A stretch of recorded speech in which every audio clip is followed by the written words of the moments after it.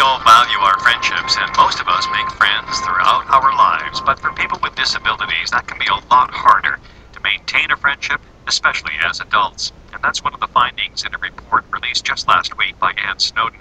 She's a professor at the Odette School of Business at the University of Windsor, and she joins me in the studio. Welcome, Anne. Thank you so much. Also joining us by phone is Kevin McShann. He is a 23-year-old Windsorite with cerebral palsy. Welcome, Kevin. Well, thank you, Bob, for having me. All right, Kevin, you hold on there. I'm going to ask you a couple of questions in a minute, but first, Professor Snowdon, I want to start with you. Tell me about the study. What did you find out?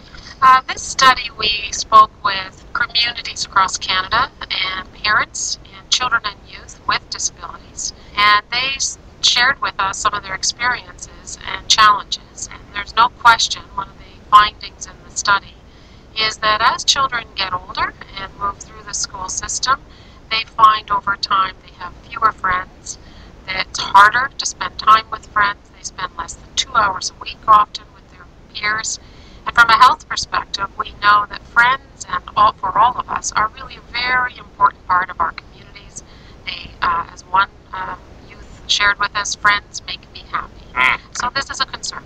Right, but of course the picture is different for younger people with disabilities than it is for older people. How so? Yes, when we looked at the programs and services available in communities, what we found is that actually communities have done quite a nice job for the younger children, 0 to 6 years old by and large.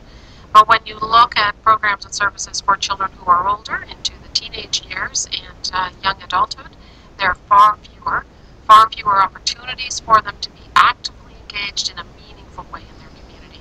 And that's the finding that we're most interested in doing something with. Even though they're in school?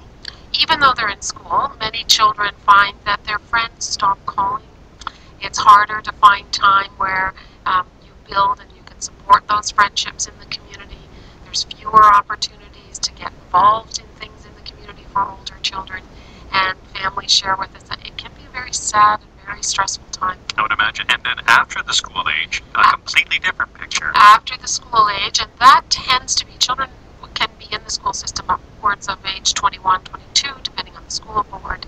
When that comes to an end, there are very few options and opportunities, and that's really one of the most substantive areas we need to work with communities to really strengthen. Kevin, yes, we want to bring you into the conversation now. You have cerebral palsy. How difficult is it for you to maintain friendships as an adult, Kevin? As an adult, I'll just give you a little bit of background. I graduated college 2 years ago, and that was when all of my outside services in terms of recreational services ended because I had reached the age of majority. So all of my friends from college and otherwise have gone on to experience life after college and after high school. And for me, it's more difficult because the services I was enjoying have been taken away because I've reached the age of majority. So it's more a life of isolation for me instead of being involved in a social community. Kevin, take me back to when you were a kid. I mean, did you have friends?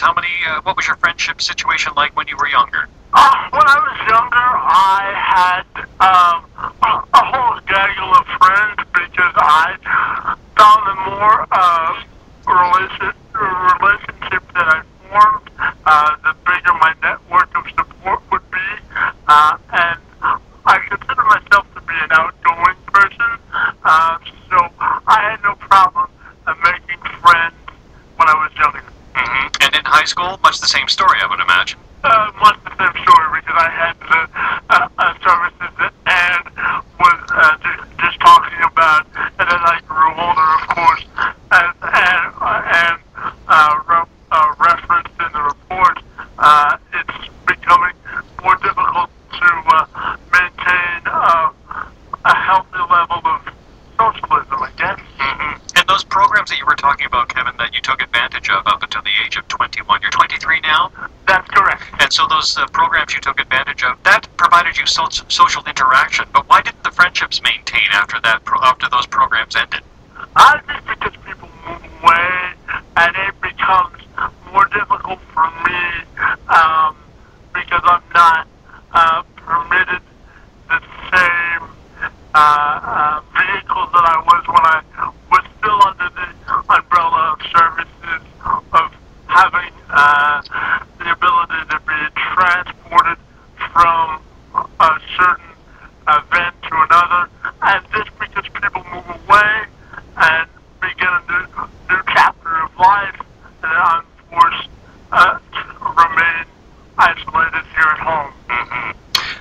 Stay with us, Kevin, there for a minute, but No problem. and this is a familiar story. This is a very familiar story, and it doesn't vary much between people we worked with in Fredericton, New Brunswick, or Toronto, or Regina. It is a common issue, and it's really a call to action, I think, for communities to look at ways we can continue to support people like Kevin and a number of children who face various challenges. It's not about how old you are. It's about making sure you're connected in a meaningful way to your community and providing the supportive strategies to make sure that happens throughout one's growth and development over time. I'm going to follow up on that in a minute, but I want to just talk about the impact that this would have on parents of children with disabilities as well, because this is not it's not happening in a void. Exactly. Parents shared an inordinate number of stories very similarly. Parents report experiencing very high levels of stress because, of course, any parent wants the best for their children. And when there are fewer and fewer services and programs over time, you have more onus on you as a parent, of course, to try and augment and to put those in place. Families shared with us that they rely very heavily on each other, on siblings, for example, to help their child with the special needs get from program to program, as Kevin suggests. But children with disabilities want to feel independent, just like every other child does, and having to constantly rely on siblings is a challenge both for children with disabilities, but also for the sibling. Siblings shared with us the same, feeling badly they couldn't take their brother or sister more often to those programs because they had their own schedule challenges and often wanted to do more, but just there's a limit to the ability they have to do that. So communities really have to work closely with families, I think, to step in and create those services and opportunities. And Kevin, I was just wondering about the friendships you have today. I understand how people move away, but it's the disability itself that prevents even other people who are disabled from getting together.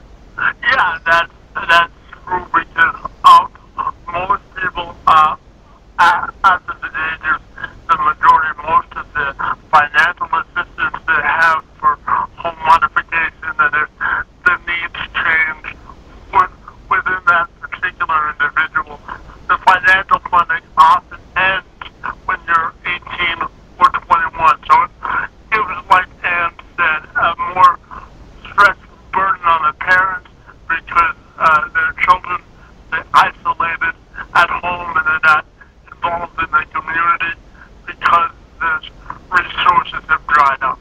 And Kevin, well, you're talking about the programs. Is that what would improve things most for you? Just the continuation of those programs, or something else? Just a more broader and more intricate involvement in programs, or the formation of programs for younger adults between the ages of 21 and 25, just to give them more opportunities to prosper within the community.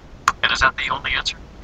I think there's a number of answers, and I don't think there's one single magic bullet here. I think there's always a range of programs. The next phase of this research, actually, which isn't quite finished, is to develop a series of tools that communities can use to respond to be much stronger at supporting social development for these children and youth. One of the things that has been suggested by a number is creating social networking tools that allow people like Kevin and their colleagues to connect with each other more easily. Yeah, and while we're talking to Kevin, I'm thinking about this whole thing. I'm thinking, what do kids do today? I know kids are active, but I mean, a lot of their pastime is spent just playing games, sitting in a room, which any person who is disabled could do just as well. Well, it's not, it wouldn't replace in one-to-one interaction and person-to-person, but it could certainly augment that. So a social networking site where you can engage and develop your friendships to stay connected when you're not able to be with them is one suggestion we've had from a number of families. Kevin, do you take advantage of that? I'm involved within Facebook and Twitter and all of those different social media sites, but it doesn't replace like Anne said, the human-to-human contact. And since I've graduated from school and those resources have been diminished, and I just want to touch on something that Anne said about the resources. A lot of families struggle also with the physical burden of having to bring their children from point A to point B. In my particular case, my siblings were relied upon to do a lot of that with me, and my brother is in college now in the States. So it's a lot of bigger burden for not only myself but for my parents as well. So I agree with the point that Ed made earlier. Yes, more to come. Yes, more to come, and we Still a lot of work to do.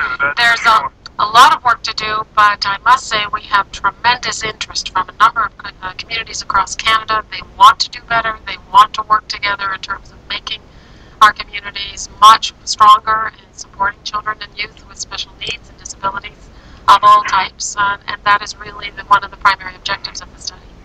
And not to diminish the value of these programs, but I mean, one simple way is just for the able people to include disabled people in their plans and in their activities, well, as much as they can.